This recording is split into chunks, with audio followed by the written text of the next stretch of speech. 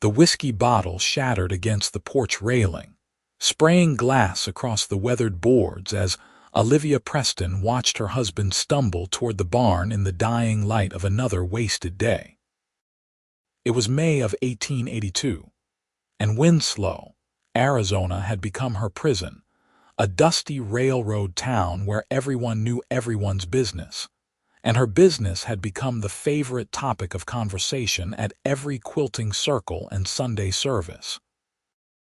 Her mother-in-law had made it clear that morning, standing in Olivia's own kitchen with her thin lips pressed into a disapproving line, that if Olivia were a better wife, perhaps Walter would not seek comfort in the bottom of a bottle. If she kept a cleaner house, cooked better meals, smiled more, complained less, then maybe he would come home sober. The words had cut deeper than any knife, settling into the hollow spaces of her chest where doubt already lived, feeding the terrible question that kept her awake at night, wondering if maybe they were right. Walter had been different when they married 3 years ago. He had been charming, quick with a joke, generous with his affection.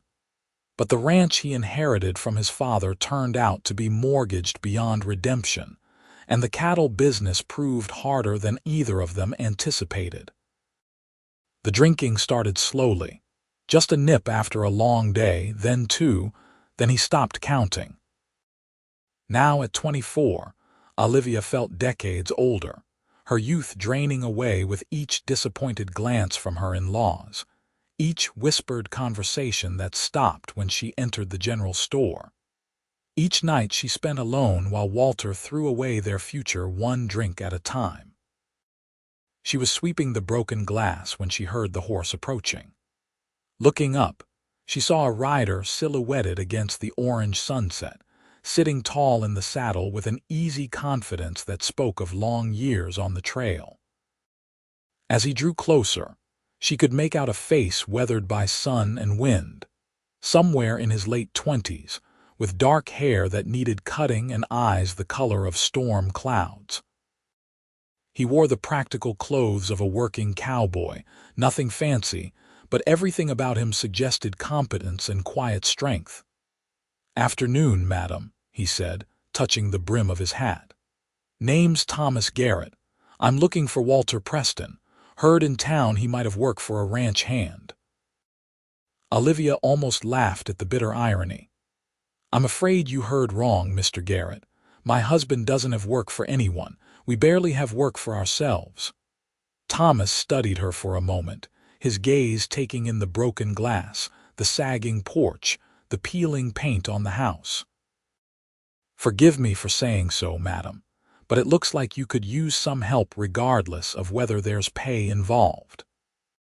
"We can't afford to hire anyone," Olivia said firmly, though something in her wanted to say yes, wanted to accept any help that might stop the slow collapse of everything around her. Didn't say anything about pay. Thomas swung down from his horse with fluid grace. "I've got enough saved to last me a while, and I'm not particular about having a roof over my head. I've slept under the stars more nights than I can count. What you've got here is good land going to waste, and that's a shame. I could help get things back in order, maybe just for room and board for a few weeks." "Why would you do that?" Olivia asked suspiciously. In her experience, men did not offer help without expecting something in return. Thomas was quiet for a moment, looking out across the neglected fields. "My father drank himself to death when I was 15, left my mother with nothing. I watched her work herself into an early grave trying to hold onto a place that was falling apart around her, too proud to ask for help, too ashamed to admit things had gotten bad. I swore after she died that if I ever had the chance to help someone in a similar situation, I would." He met her eyes directly. "That's the only reason, madam. Nothing more." Something in his straightforward manner, the absence of pity or judgment in his voice, made Olivia want to trust him. But she knew what people would say, what her in-laws would think. "My husband would have to agree. Then let's ask him." Thomas tied his horse to the porch railing just as Walter emerged from the barn, weaving slightly, his shirt stained and his hair disheveled. "Who's this?" Walter demanded, his words slurring together. "Thomas Garrett. I'm offering to help around the ranch in exchange for meals and a place to sleep." Walter squinted at him. "We don't need charity." "Good, because I'm not offering any. I need a place to stay for a while and I'm willing to work for it. Seems like a fair trade to me." Perhaps it was the way Thomas spoke to him as an equal rather than a drunk, or perhaps Walter was too far gone to care, but he waved a dismissive hand. "Fine. Do what you want. Olivia will show you where things are." He stumbled back toward the barn, probably where he kept another bottle hidden. Olivia felt heat rise in her cheeks, humiliated that this stranger had witnessed Walter in such a state. "I apologize for my husband's condition." "No need to apologize for someone else's choices, madam." Thomas's voice was gentle but firm. "A man makes his own decisions about what he puts in his body." The simple statement hit Olivia like a revelation. In all the months of her family blaming her, of her blaming herself, no one had ever said those words. Walter chose to drink. Not because of her, not because of the failing ranch, not because of bad luck or hard times. He chose it each and every time. "I'll show you the barn," she said quietly, blinking back unexpected tears. "There's a room above it that used to be for hired hands. It's dusty but dry." Over the following days, Thomas proved to be a man of his word. He rose before dawn and worked until sunset, mending fences, repairing the barn roof, clearing brush from the irrigation ditches. Olivia watched from the kitchen window as he moved through tasks with methodical efficiency, never rushing, never stopping. Walter occasionally wandered out to observe, offering slurred commentary or contradictory instructions, but Thomas simply nodded and continued doing what needed to be done. On the third evening, Olivia brought dinner out to the barn where Thomas was working by lamplight, trying to fix the broken blade of their plow. "You should stop and eat," she said, setting down the plate. "Thank you, madam. That's kind of you." He wiped his hands on a rag and sat down on a hay bale, gesturing for her to sit on another opposite him. "You don't have to bring meals out to me. I can come to the house." "Walter is passed out on the kitchen floor," Olivia said flatly. "I'd rather eat with someone who's conscious." Thomas took a bite of the stew and she was gratified to see genuine appreciation on his face. "This is excellent. It's nothing special. It's hot, well-seasoned and clearly made with care. That makes it special." He ate in silence for a moment, then said, "How long has it been like this?" Olivia did not pretend to misunderstand. "About a year. It got worse after his father died and we realized how much debt there was. But it was starting before that, I think. Small things that I told myself didn't matter." "And your family blames you," she laughed bitterly. "His mother has made it clear that I'm the problem.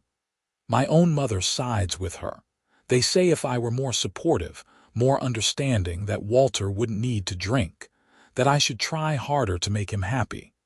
Thomas set down his spoon and looked at her directly.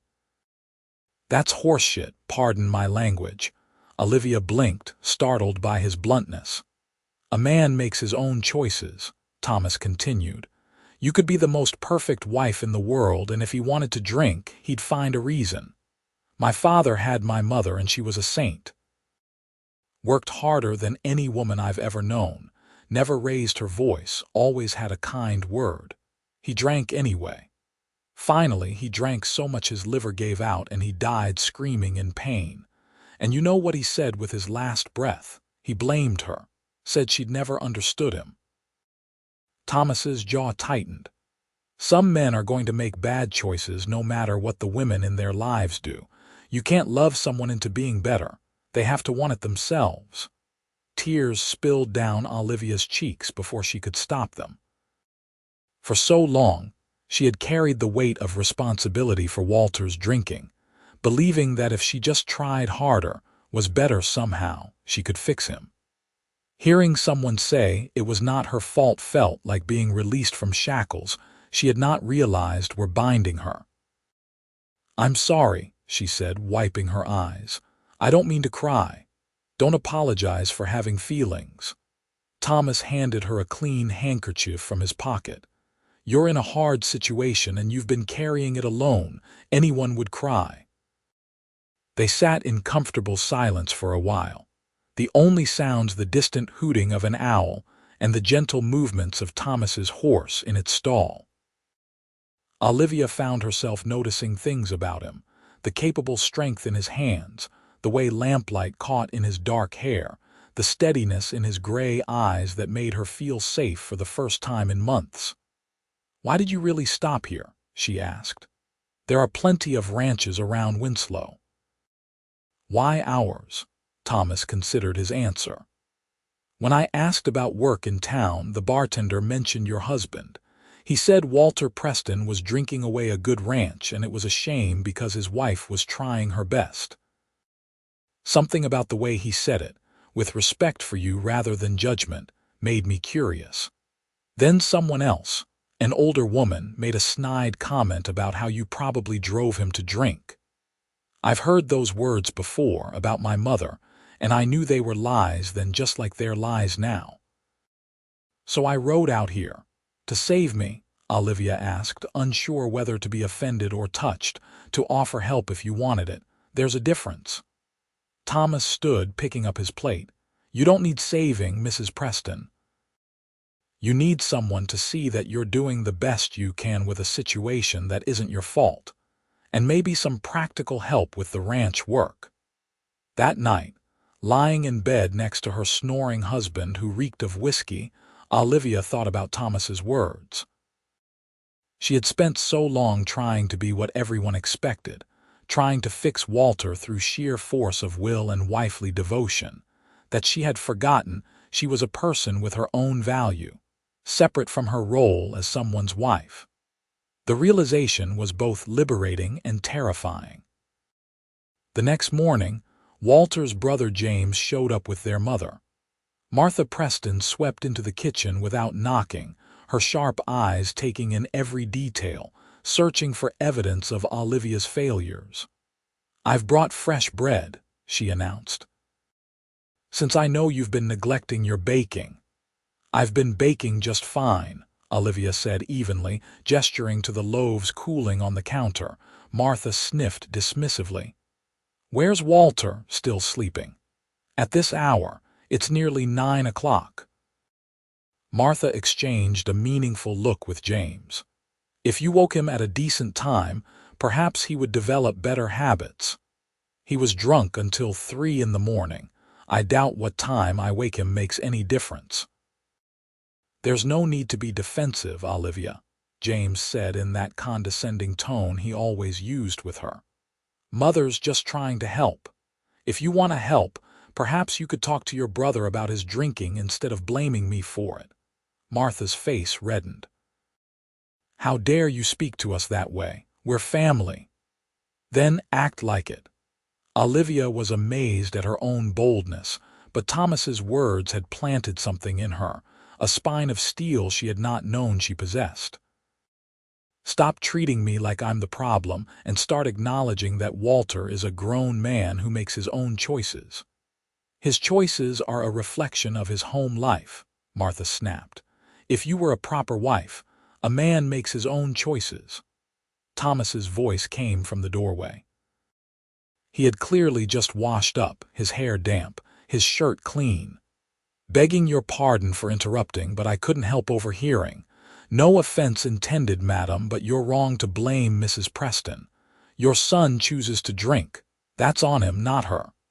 Martha turned to Olivia with outrage. "Who is this person, and why is he in your house?" "Thomas Garrett. I'm helping around the ranch." Thomas's tone was respectful but firm.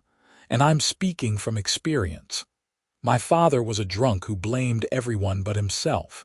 It didn't matter what my mother did or didn't do." He was going to drink regardless. Seems to me Walter's the same way. How dare you, James sputtered. You don't know anything about our family. I know that when I rode up 3 days ago, your brother was drunk in the afternoon. The ranch was falling apart and Mrs. Preston was trying to hold everything together alone. I know you're here criticizing her baking instead of helping with actual problems.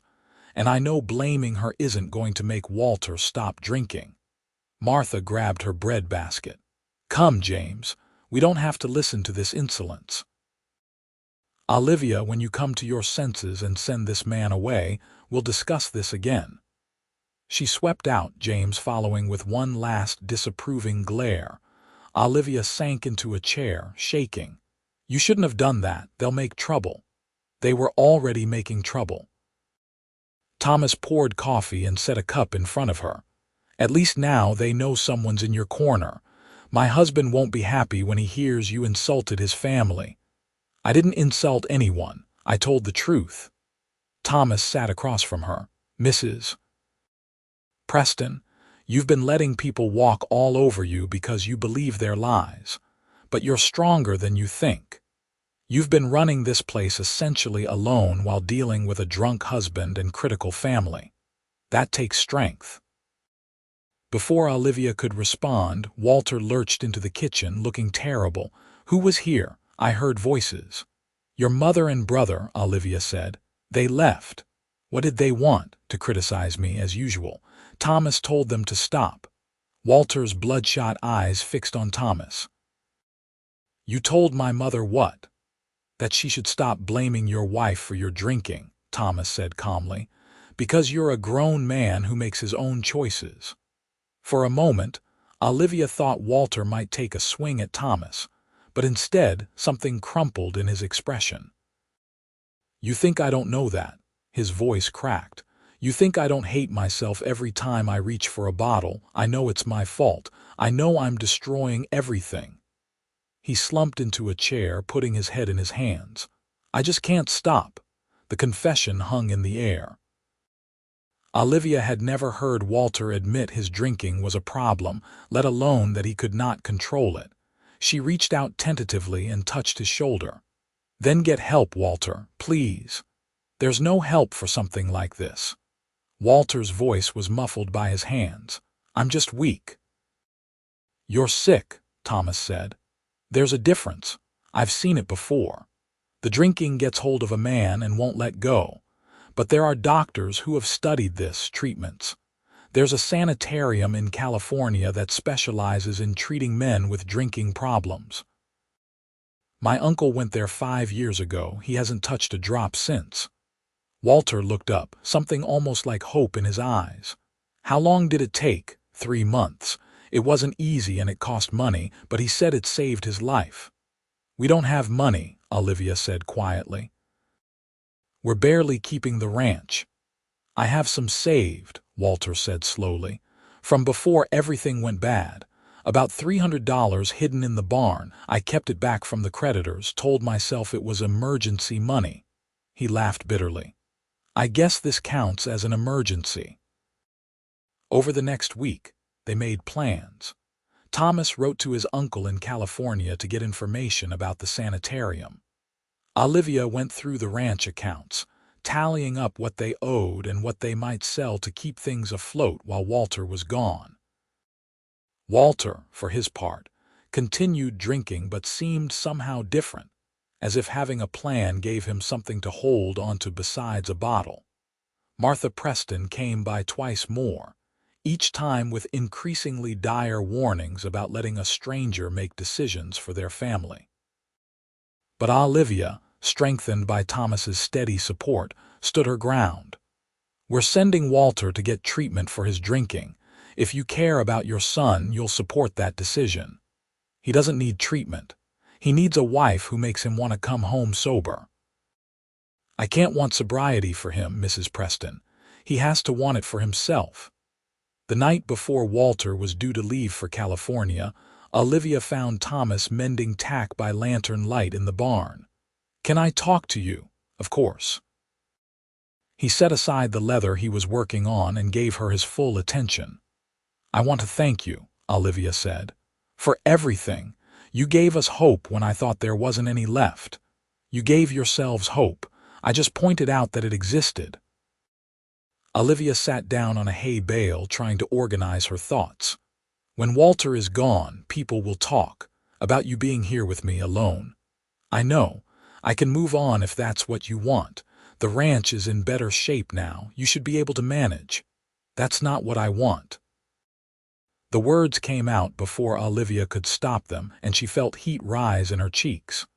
"I mean, you've been so helpful, and I feel safe with you here. I haven't felt safe in a long time." Thomas was quiet for a moment. "I'll stay as long as you need me, but Mrs. Preston, I need to be honest with you about something."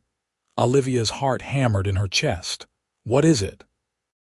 "These past 2 weeks, getting to know you, watching you stand up for yourself and find your strength, I've developed feelings that aren't appropriate for a hired hand to have for a married woman." He met her eyes directly. "I won't act on them, and I'll leave if my being here makes you uncomfortable. But I believe in being truthful, and that's the truth." Olivia should have been shocked, should have told him to leave immediately.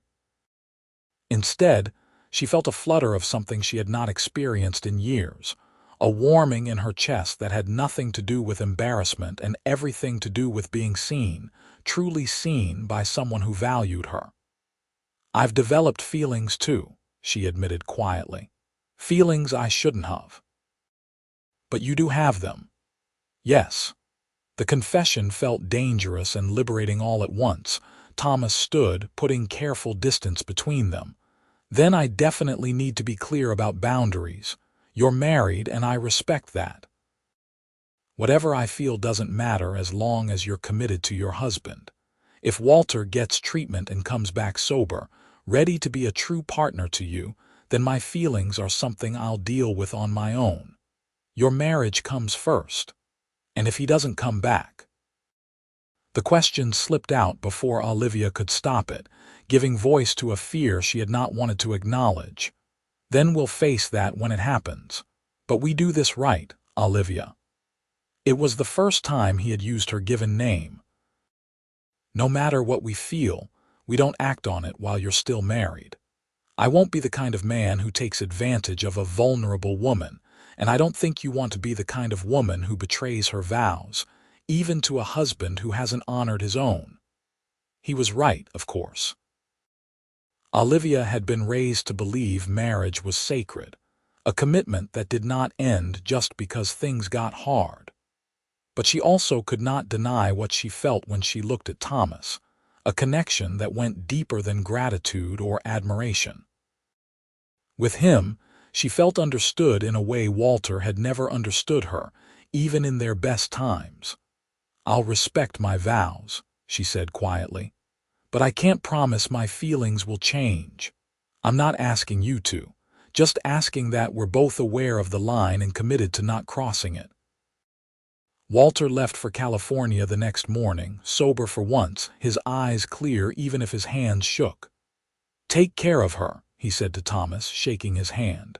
"Take care of the ranch. I'll be back in 3 months and I'll be better, I swear it." "We'll be here," Thomas promised. Olivia hugged Walter, feeling the thinness of him, the way his body trembled with need for the alcohol he had given up the night before. "Get well," she whispered. "Whatever happens after, just get well." "I'm sorry," Walter said into her hair, "for everything. You deserved better than what I gave you. Just come back better." She watched the stage pull away, carrying her husband toward either salvation or abandonment. She was not sure which she hoped for more, and the ambivalence made her feel guilty. The weeks that followed developed a rhythm that felt both natural and charged with unspoken tension. Thomas worked on the ranch from dawn to dusk, coaxing productivity from land that had lain fallow for too long. Olivia threw herself into the house and garden, canning vegetables, mending clothes, all the tasks she had let slide while consumed by worry about Walter. They ate dinner together each evening, sitting on the porch as the desert heat faded into cooler night air, talking about everything and nothing. Thomas told her about his childhood in Texas, about the father who drank and the mother who endured, about the day he left home at 16 because he could not watch her suffer anymore. He talked about the years he spent drifting from ranch to ranch, learning the cowboy trade, seeing the West in all its harsh beauty. He told her about the time he nearly died of fever in New Mexico, saved by a Mexican family who nursed him back to health, though they barely had enough for themselves. He spoke of the loneliness that came with the freedom of the trail, how sometimes he would go weeks without a real conversation, how he had started to wonder if he would spend his whole life alone. Olivia shared her own story in turn, growing up in Missouri, the daughter of a farmer who wanted better for her than the hard Scrabble life he knew. She told Thomas about meeting Walter at a church social, how charming he had seemed, how he had promised her a life of adventure in the Arizona territory.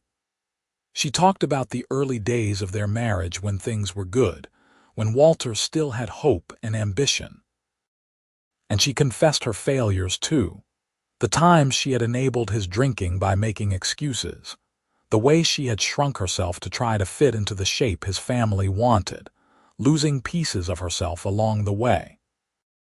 "You haven't lost yourself," Thomas said one evening as they watched the sun set in brilliant shades of orange and pink across the desert sky. "You just forgot who you were for a while, but that person's still there. I can see her." "Who do you see?" Olivia asked, genuinely curious.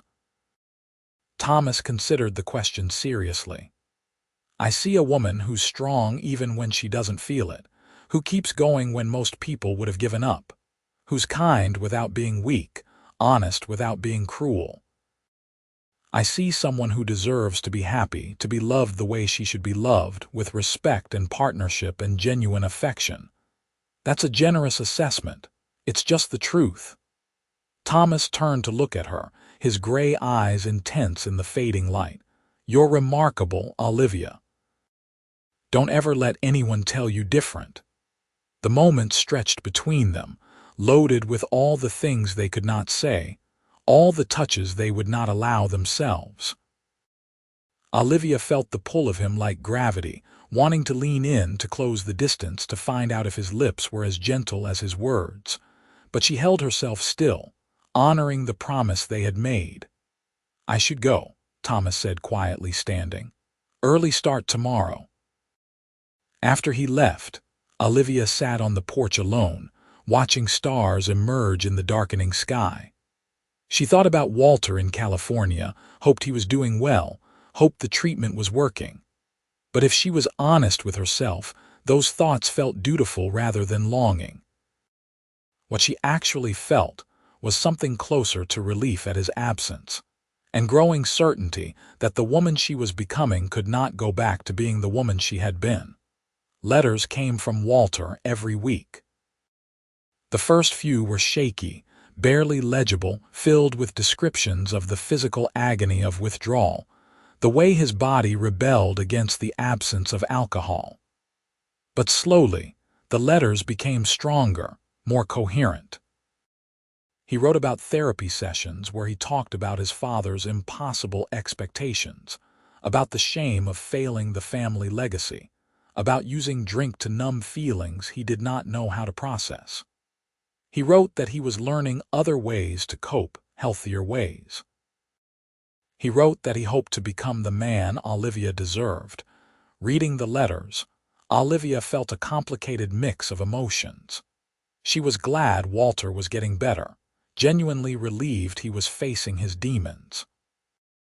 But each letter also clarified something she had been afraid to acknowledge. She did not want him to come back.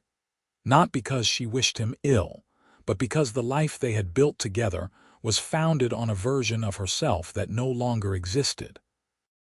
She had changed in his absence, had found her voice and her strength, and she could not imagine stuffing that back down to become Walter's quiet, compliant wife again.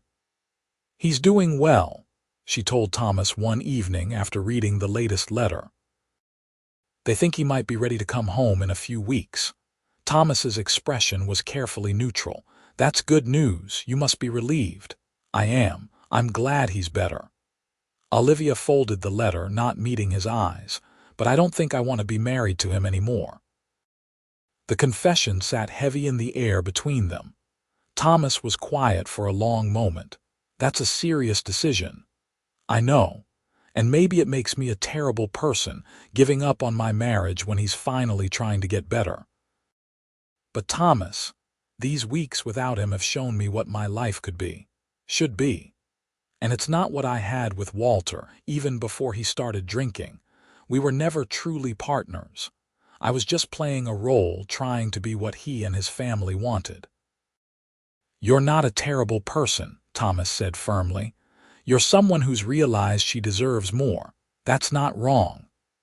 But divorce is scandalous. People will talk.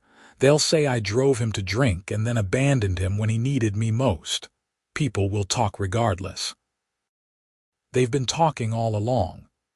Thomas moved closer, though still maintaining that careful distance between them. Olivia, you have to live your life for yourself, not for what people might say. If staying married to Walter would make you miserable, then leaving is the kindest thing you can do for both of you. His family will never forgive me. His family has never been fair to you anyway. Thomas's jaw tightened. They've blamed you for things that weren't your fault, criticized you for failures that were your husband's, made you feel small. Why do you care about their forgiveness? It was a good question. Olivia thought about Martha Preston's pinched face, James's condescension, the way they had made her feel inadequate from the day she married into their family. Why did she still seek their approval? What had they ever given her except judgment and pain? I don't know, she admitted. I guess I thought if I could just be good enough, they would eventually see my worth. But they never will they? I could be perfect and they would still find fault. Because the fault isn't in you, it's in them. Thomas's voice was gentle but certain. You can't make people value you if they're determined not to. All you can do is value yourself and find people who see what you're worth. People like you. Yes, like me. He held her gaze. Olivia, I meant what I said before. I won't interfere with your marriage while it exists. But if you decide to end it, if you choose yourself and your own happiness, I'll be here. Not to pressure you or rush you, but to support whatever comes next, even if that doesn't include me. It would include you, Olivia said softly. It's always been about you, Thomas. From the moment you rode up and started saying things that made sense when nothing else did. You saw me when I was invisible. You believed in me when I didn't believe in myself. How could whatever comes next not include you? Thomas reached out slowly, giving her time to pull away, and took her hand in his. The touch was electric, sending warmth up her arm and into her chest. Then we'll face it together. But first, you need to have the hard conversations, with Walter, with yourself, about what you really want. Walter came home 6 weeks after he left, looking healthier than Olivia had seen him in years. His eyes were clear, his color good, his hands steady. He stepped off the stage and saw her waiting, and his smile was tinged with nervousness. "Hello, Olivia." "Hello, Walter. You look well." "I feel well, better than I have in years." He looked around at the ranch, taking in the mended fences, the repaired buildings, the general air of productivity. "The place looks good. Garrett did well." "Yes, he did." They stood awkwardly for a moment before Walter said, "Can we talk? Really talk?" At the house, Olivia made coffee while Walter sat at the kitchen table, his hands wrapped around the cup she set before him. Thomas had deliberately made himself scarce, riding out to check on the far pasture to give them privacy. "I need to say some things," Walter started. "Things I couldn't say in letters. I'm listening. First, I'm sorry. For the drinking, for being a terrible husband, for putting you through hell and letting my family blame you for my failures. You deserved so much better than what I gave you." He took a shaky breath. "The treatment helped me see a lot of things clearly. One of them is that I never should have married you." Olivia blinked, surprised. "What?" "Not because there's anything wrong with you," Walter said quickly, "but because I married you for all the wrong reasons. My parents wanted me settled, and you were pretty and kind and seemed like you would be easy to live with. I thought marriage would make me into the responsible man my father wanted me to be. But you can't marry someone to fix yourself. It's not fair to either person." "No, it's not," Olivia agreed quietly. "The truth is, I never loved you the way a husband should love his wife. I cared about you, I wanted to be good to you, but there was never that deep connection, that partnership. And I think you felt it too, even if neither of us wanted to admit it." Relief flooded through Olivia at his words. "I did feel it. I tried to convince myself it would grow with time, that affection and commitment were enough. But they're not, are they?" "No," Walter smiled sadly. "We were two people playing at marriage without really understanding what it should be. And when things got hard, I didn't have enough love for you to fight for us. I just had a bottle and a lot of excuses." "You're right," Olivia said, "about all of it. So what do we do now? I think we set each other free." Walter reached across the table and took her hand, the touch brotherly rather than romantic. "You deserve to find real love with someone who sees you the way you should be seen. And I need to figure out who I am as a sober man before I can be anyone's partner. Your family will be furious." "My family has been the source of half my problems." Walter's voice was firm. "In treatment, I learned that I've spent my whole life trying to live up to an impossible standard my father set and my mother perpetuates, trying to be something I'm not. I can't do that anymore. If they're angry about the divorce, that's their problem, not mine." "When did you become so wise?" Olivia asked, a little teary. "When I finally got sober long enough to think clearly." Walter squeezed her hand and then released it. "I saw how Garrett looks at you, by the way. In his letters, my uncle mentioned a cowboy who was inquiring about the treatment facility. I assume that was him, checking on me for your sake. He wanted to know you were being cared for properly. That's the kind of thing a man does when he's in love." Walter stood, finishing his coffee. "He's a good man, Olivia. Better than me in a lot of ways. When this is over, when the divorce is final and the scandal dies down, don't let him get away." "I won't." The divorce proceedings were ugly, exactly as Olivia had anticipated. Martha Preston showed up at the house screaming about betrayal and sin, calling Olivia a harlot and worse. James threatened legal action, though for what he could not articulate. The ladies at church stopped speaking to her entirely, whispering behind their fans as she passed. The general store owner's wife made pointed comments about vows being sacred. Even her own mother sent a letter expressing disappointment, saying Olivia had brought shame on the family through it all. Thomas was steady as stone. He continued working the ranch, now as a full partner, since Walter had signed over his half to Olivia as part of the divorce settlement. He accompanied her to town, his quiet presence a shield against the worst of the gossip. He sat with her on the porch in the evenings when she felt overwhelmed by judgment and scorn, listening without trying to fix or minimize her feelings. "They'll never forgive me," Olivia said one night, staring out at the dark desert. "I'll always be the woman who divorced her husband." "Maybe in Winslow," Thomas agreed. "But the world is bigger than Winslow.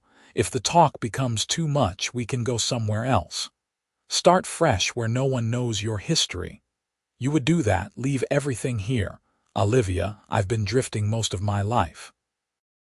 The only reason I've stayed in one place this long is you. Where you go, I go. That's my choice." The divorce was finalized in October, 6 months after Thomas first rode onto the Preston ranch.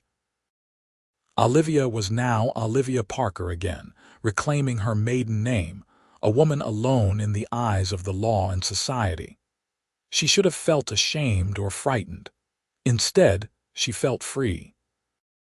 That evening, Thomas asked her to walk with him out past the main house to where the land rose slightly, offering a view of the desert stretching endlessly under a canopy of stars.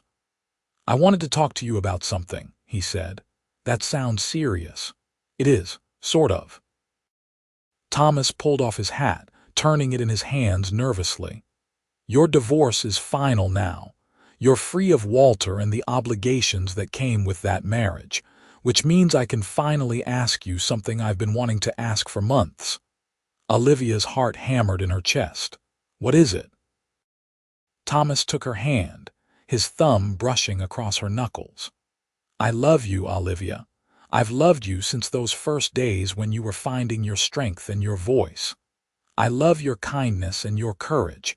I love the way you see the world and the way you make me want to be better.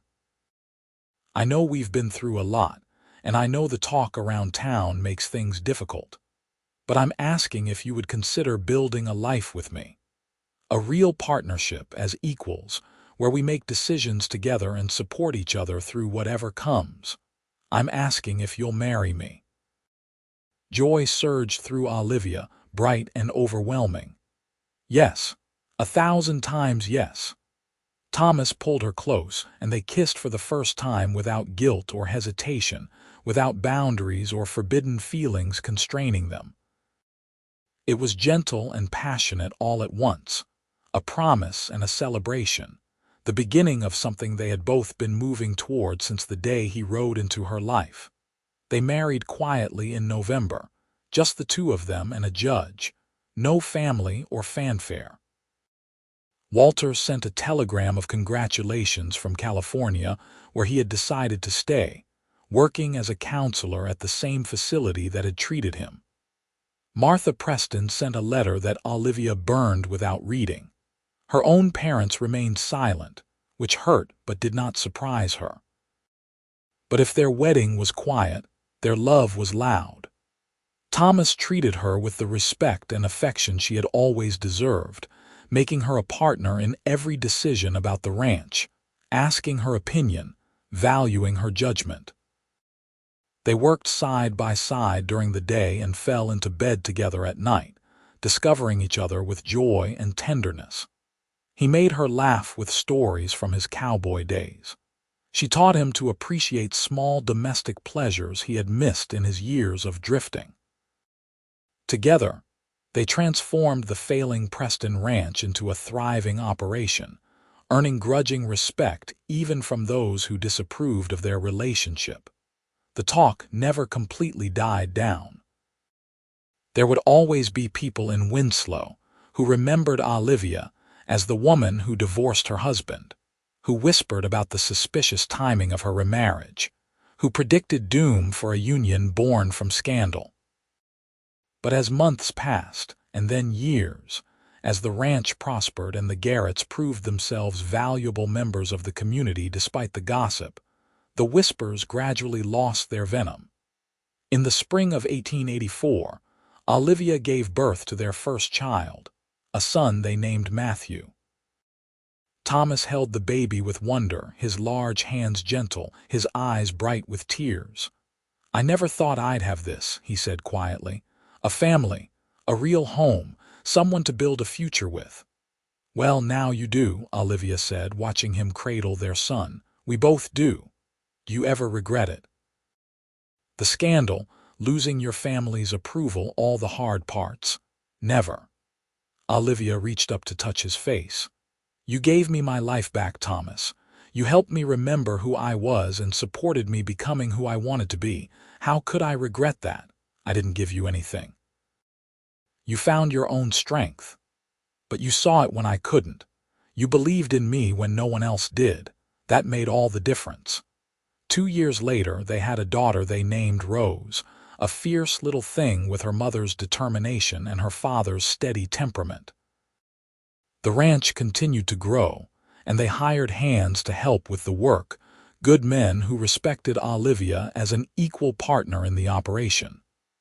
Thomas's reputation as a fair boss spread, and they never lacked for skilled workers.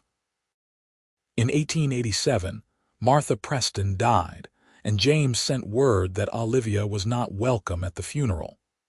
Thomas held her while she cried, not for Martha, who had never shown her kindness, but for the family connection she had hoped for and never received. "Some people can't see past their own judgment," he said. "It's their loss, not yours." Walter came to visit that year, 5 years sober and engaged to a woman he had met in California, a widow who understood his struggles and supported his continued sobriety. He met Matthew and Rose, admired the ranch, shook Thomas's hand warmly. "Thank you," he said, "for giving Olivia the life I couldn't, for being the man I wasn't capable of being." "Thank you for letting her go," Thomas replied. "Not every man would have had that strength." After Walter left, Olivia and Thomas sat on the porch as they did most evenings, watching their children play in the yard as the sun set. "Do you ever think about how different things could have been?" Olivia asked. "If you hadn't ridden up that day, if you hadn't offered to help?" "Sometimes," Thomas admitted. "But then I think about how miserable I was, drifting from place to place, never putting down roots because I didn't believe I deserved them. I think about you trapped in a marriage that was slowly destroying you, believing lies about being responsible for someone else's choices. Neither of us was living the life we should have had. And now," Thomas pulled her close, kissing her temple, "now we're exactly where we're supposed to be." As the years passed, the scandal of their beginning faded into just another story in Winslow's history. The Garrett Ranch became known for fair dealing and quality stock, and Thomas and Olivia became respected members of the community, despite the rocky start. They had 2 more children, another daughter named Sarah in 1890 and a son named Daniel in 1892, filling their home with noise and love and the organized chaos of a large family. Olivia's relationship with her own parents remained strained but slowly thawed over time.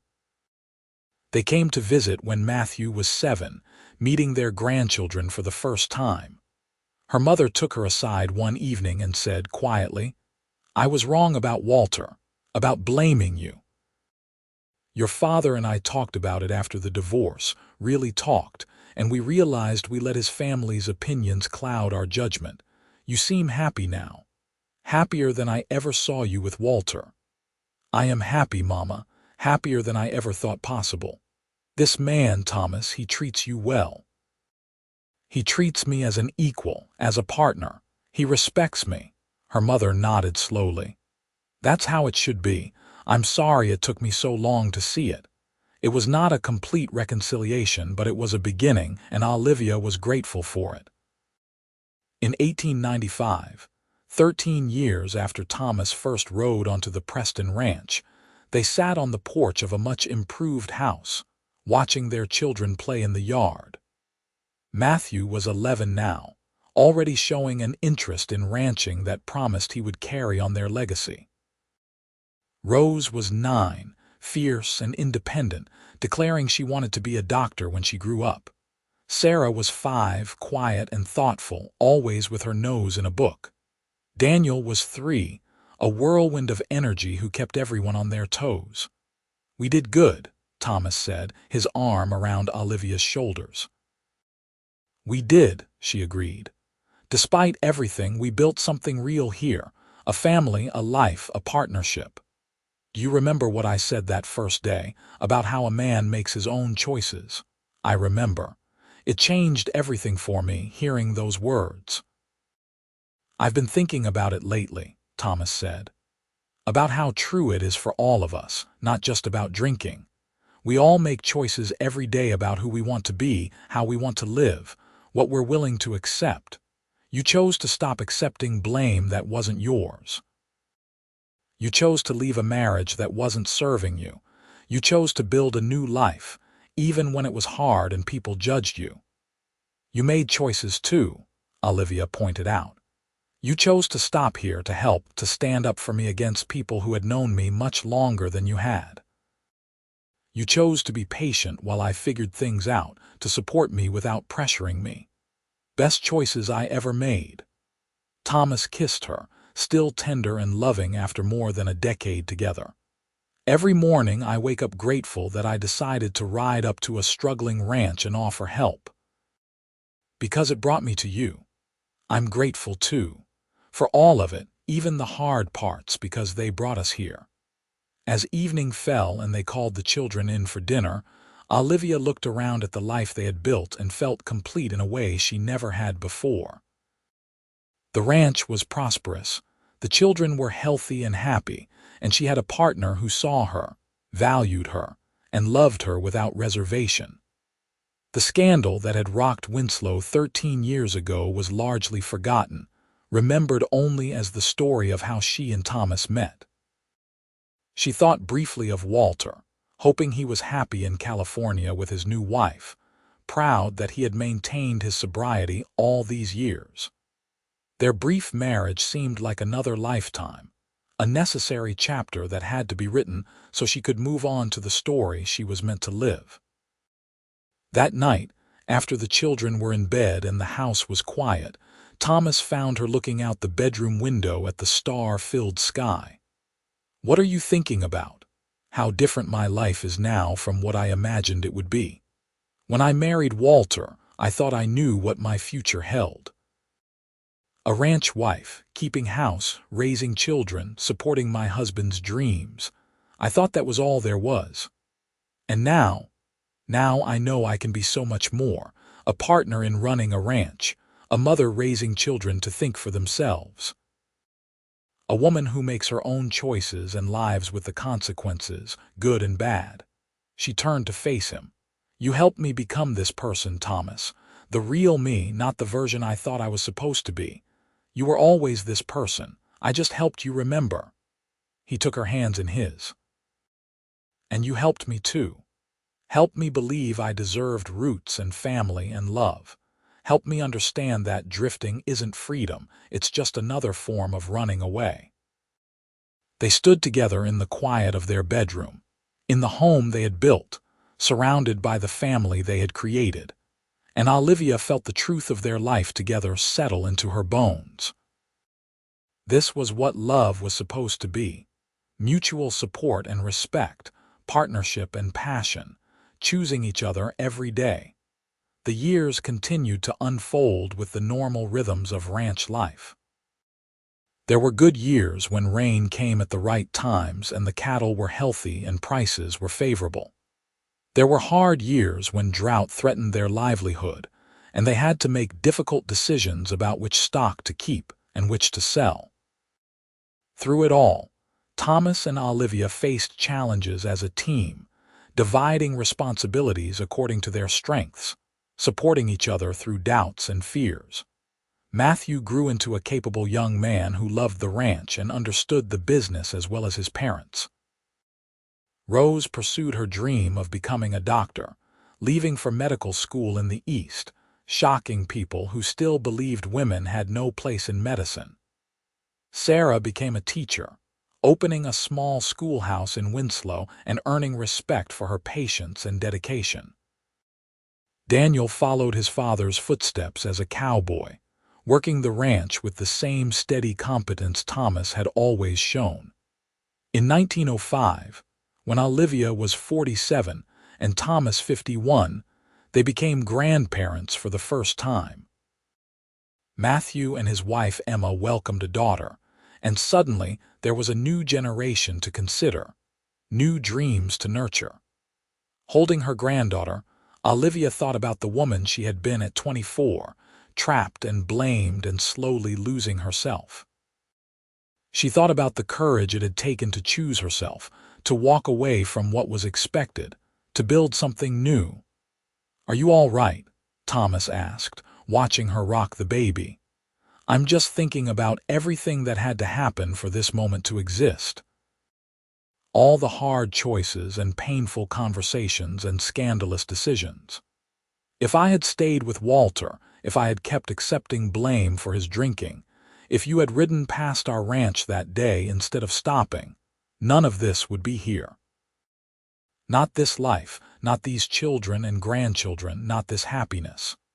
You ever wonder if you would have found your strength eventually, even without me? Olivia considered the question honestly. Maybe, but it would have taken longer, been harder. You gave me the words I needed to start seeing things clearly. A man makes his own choices. Such a simple statement, but it broke through years of conditioning and blame. It let me see that Walter's drinking was not my fault, which meant I could stop trying to fix it and start focusing on what I actually could control, which was my own life and choices. Thomas sat beside her, watching his granddaughter sleep. I'm glad I stopped that day. Glad I trusted my instinct that you needed help, even if you didn't know how to ask for it. So am I. Every single day, I'm grateful you rode into my life. As the sun set on another day, painting the Arizona desert in shades of gold and crimson, Thomas and Olivia Garrett sat together in the home they had built, surrounded by the family they had created, living the life they had chosen. The scandals of the past were long forgotten, replaced by the reality of their enduring partnership. They had proven the gossips wrong, built something strong and true from the ashes of Olivia's first marriage. When people in Winslow told the story now, it was not about scandal or divorce. It was about second chances and finding real love. It was about a woman who found her strength and a man who helped her see it.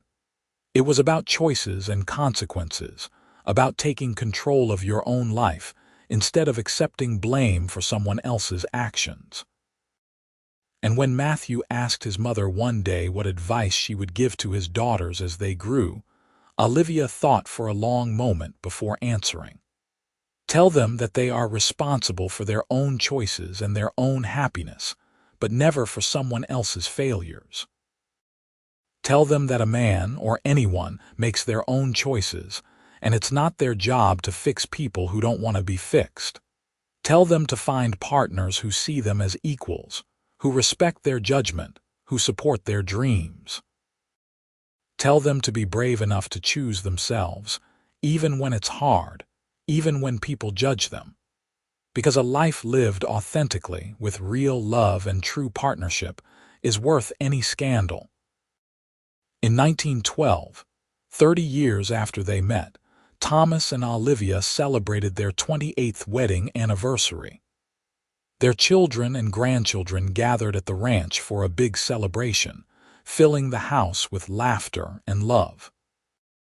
As the evening wound down and guests began to leave, Thomas and Olivia found themselves alone on the porch where they had spent so many evenings over the years. 30 years since I rode up to this ranch, Thomas mused.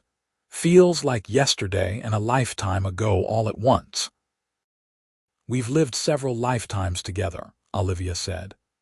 Built this ranch, raised our children, weathered every storm, and I'd do it all again in a heartbeat. Even the hard parts, the scandal and judgment and lost relationships, even those, because they led us here. She gestured to the house full of family, the prosperous ranch spread out before them, the life they had built through choice and determination and love. This is real, Thomas. What I had before was just playing at life. This is actually living. Thomas pulled her close and they swayed together in the twilight, moving to music only they could hear. I love you, Olivia Garrett. Have since the day you started sweeping up broken glass with such determined dignity. Will until the day I die. I love you too. Thank you for seeing me when I was invisible. Thank you for believing in me when I didn't believe in myself. Thank you for showing me what real partnership looks like. As stars began to appear in the darkening sky, they remained on the porch, holding each other, grateful for the choices that had led them to this moment. The Wild West was changing, becoming more civilized, the old ways giving way to new. But some things remained constant. Love, partnership, the importance of making your own choices and living with integrity. Olivia thought about the frightened, blamed woman she had been, and the strong, confident woman she had become. She thought about Walter, hoped he was still sober and happy in California. She thought about all the women who were told they were responsible for their husbands' failings, who carried guilt that was not theirs to carry. She hoped that somewhere, somehow, they would find the strength she had found, the courage to choose themselves. The future stretched ahead, full of possibilities and promise. There would be more grandchildren, more celebrations, more challenges to face together. But whatever came, Olivia knew they would handle it as they always had, as partners and equals, with love and respect guiding their choices. As they finally went inside, Thomas took one last look at the desert landscape, the land they had worked and nurtured for 3 decades. "We did good here," he said. "We did," Olivia agreed. "We built something real and lasting, something worth all the hard choices it took to get here." And in the quiet of their bedroom in the home they had made, Olivia fell asleep in her husband's arms, grateful for the day a cowboy rode into her life and helped her understand a simple truth that changed everything.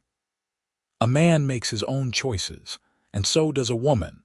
And the most important choice is deciding to live authentically, with courage and love, regardless of what others might say. Their love story became part of Winslow's history, told not as a scandal but as an example of resilience and second chances. Young women facing impossible situations would hear about Olivia Garrett, about how she refused to accept blame for her husband's drinking, how she had the courage to leave and start over, how she found real love with a cowboy who saw her worth. Young men would hear about Thomas Garrett, about how he stood up for what was right, how he treated his wife as a true partner, how he built a legacy based on fairness and respect. The ranch continued to prosper through the years, passed down through generations of Garretts who maintained the values Thomas and Olivia had established. And on the porch where they had spent so many evenings talking and dreaming and planning, their descendants would sit and tell the story of how it all began, with a bottle breaking on weathered boards and a stranger offering help, with hard choices and new beginnings, with a love that proved stronger than scandal and more enduring than judgment. It was a story about the Wild West, but it was also a story about something more universal and timeless. The courage to choose yourself, the strength to leave what isn't working, the wisdom to recognize real love when it appears, and the commitment to build something lasting with someone who sees you, values you, and stands beside you through whatever comes. Thomas and Olivia Garrett lived long lives, seeing their children settled and successful, their grandchildren grown and thriving, their ranch established as one of the finest in Arizona. And when they finally passed, within months of each other as couples who have truly loved often do, they left behind not just property and possessions, but a legacy of integrity, partnership, and the courage to make choices that honor your authentic self. Their story ended not with scandal but with peace, not with judgment but with love, not with regret but with satisfaction at a life well lived, choices well made, and a partnership that had weathered every storm. And in Winslow, Arizona, where it all began, people still told their story, a reminder that sometimes the hardest choice is the right choice, that real love is worth waiting for and fighting for, and that a man or woman makes their own choices, bearing responsibility for those choices while refusing to carry blame for choices others make. It was a love story for the ages, born in hardship, forged in courage, sustained by mutual respect and genuine partnership.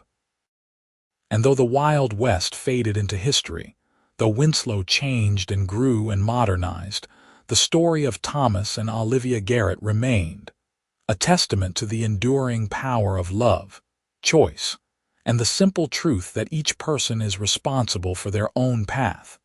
And the greatest gift we can give each other is the support to walk that path authentically, with courage and grace and love.